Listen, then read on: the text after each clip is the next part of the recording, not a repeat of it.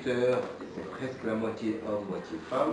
Les chefs de département, moitié hommes, moitié femmes. Et en fait, il y a une parité qui s'est faite naturellement. Elle ne s'est pas faite, on ne s'est pas obligé à dire on veut qu'il y ait des femmes dans des postes.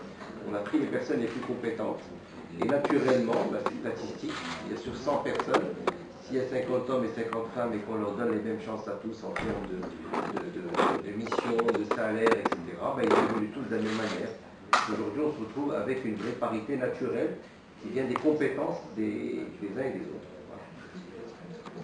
Excusez-moi, j'ai une question par rapport à la libéralisation résolution de la discussion. Dans plus de détails, M. Atto a dit qu'il est en train de prendre fin, donc les conclusions que vous avez tirées, les mesures.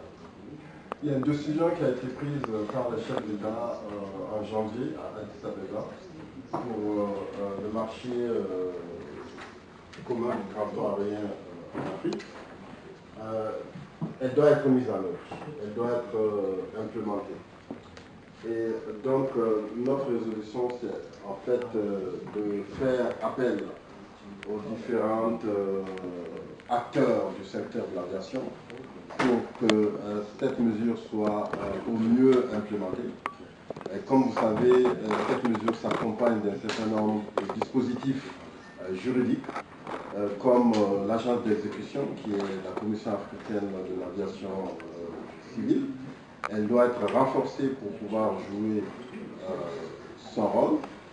Il y a aussi des règles, comme les règles de compétition, les règles de protection des consommateurs, dans un cadre régulé, et aussi en cas de dispute, comment les disputes pourraient être réglées. Il y a 3 instruments qui ont été déjà ratifiés par le chef d'État en janvier. Le dernier qui est, à mon avis, le plus important, c'est le dispute settlement, en cas de dispute entre compagnies, comment ça pourrait être réglé. Donc un mécanisme doit aussi être mis en œuvre parce que l'objectif est de donner confiance en fait aux opérateurs, aux compagnies aériennes pour pouvoir au mieux implémenter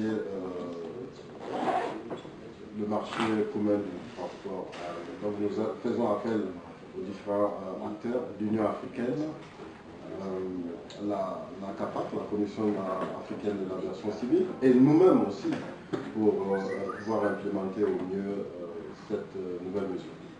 Combien de pays ont adhéré jusqu'à maintenant? À ce jour, il y a 27 pays qui ont signé. En janvier, il y avait 23 pays, donc ça bouge légèrement. Et il y a eu une réunion à Lomé au mois de mai où 14 pays ont signé un Memorandum of Implementation. C'est-à-dire que les 14 pays qui ont signé ce document s'engagent en fait à réviser tous les accords bilatéraux. Avant de courir, il faut apprendre à marcher. Et en Europe, cet exercice de marcher, ils l'ont fait il y a 100 ans. Nous sommes dans des pays où nous venons à peine de prendre notre indépendance, il y a 50 ans. Nous sommes en train d'apprendre à marcher. Donc on a ici et là des compagnies aériennes qui commencent à se structurer, des hubs qui commencent à se structurer, des marques.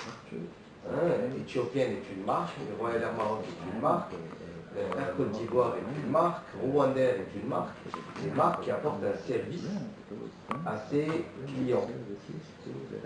Il y a le marché commun, SATAM, qui est en train de se mettre en place, et qui mettra des années avant de permettre les collectivités qu'on souhaite tous. Mais maintenant, je vais vous dire, sans le marché commun, même quand nous mettons un avion entre 2 villes africaines, on a fait le test entre 2 villes d'Afrique, entre plusieurs villes d'Afrique de l'Ouest, Monrovia, Accra, Freetown, etc. Le business est tout petit, très très petit. Même quand on baisse les prix au maximum et qu'on perd beaucoup d'argent. Vous savez, en Afrique, on ne gagne pas d'argent pour le moment. Le directeur général de IATA, il l'a dit hier, les compagnies africaines perdent en moyenne $1,5 par passager. alors qu'en Europe, ils gagnent 7 dollars par passager.